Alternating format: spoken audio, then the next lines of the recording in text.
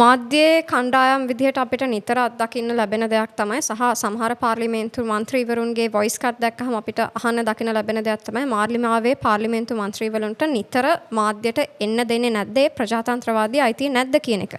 ඇත්තටම මෙහෙම ප්‍රශ්නයක් තියෙනවද? නෑ එහෙනම් මම මෙතනට ආවේ. මං කාගෙන්වත් අවසර ගත්තේ නෑ. හැබැයි කොට්ටහචි මන්ත්‍රීතුමිය එහෙම අපි කියලා තියෙනවා දැක්ක පක්ෂෙන් කියලා තියෙනවා මාධ්‍යට උත්තර දෙන්න එපා කියලා. එහෙම එකක් නෑ. එහෙම එකක් නෑ. අනිවාර්යයෙන්ම කොට්ටහචි සහෝදරියට අනිත් මන්ත්‍රීවරුන්ට එහෙම ප්‍රශ්නයක් නෑ. එකම දේ අපි කියන දේ පිළිබඳ අපි වගවීම ඉතින් කොහොමත් එහෙමනේ. මොකක් කිව්වත් අපි දේශපාලඥයන් විදියට අපි ඒ කාරණයට වග වෙන්න ඕනේ. වග කියන්න ඕනේ. මොකද ඔබ තමයි මාධ්‍ය ජනතාවයි අපි අතර පාලම. ඉතින් ඒක ඔබගේ වගකීම. ඔබ ජනතාව වෙත පණිවිඩය ගෙනියන්න ඕනේ. අපි පණිවිඩය නිකුත් කරන්න ඕනේ. අපි ජනතාව අතර ඔබ නොහිටියොත් මොකද වෙන්නේ? මාධ්‍ය තියෙන්න ඕනේ.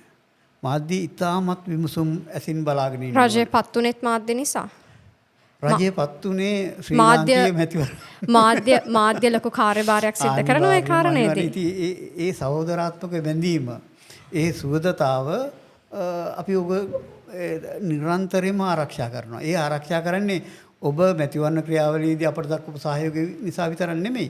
ඔබගේ සමාජ දේශපාලනික සංස්කෘතික වගකීම අපි පිළිගන්න නිසා.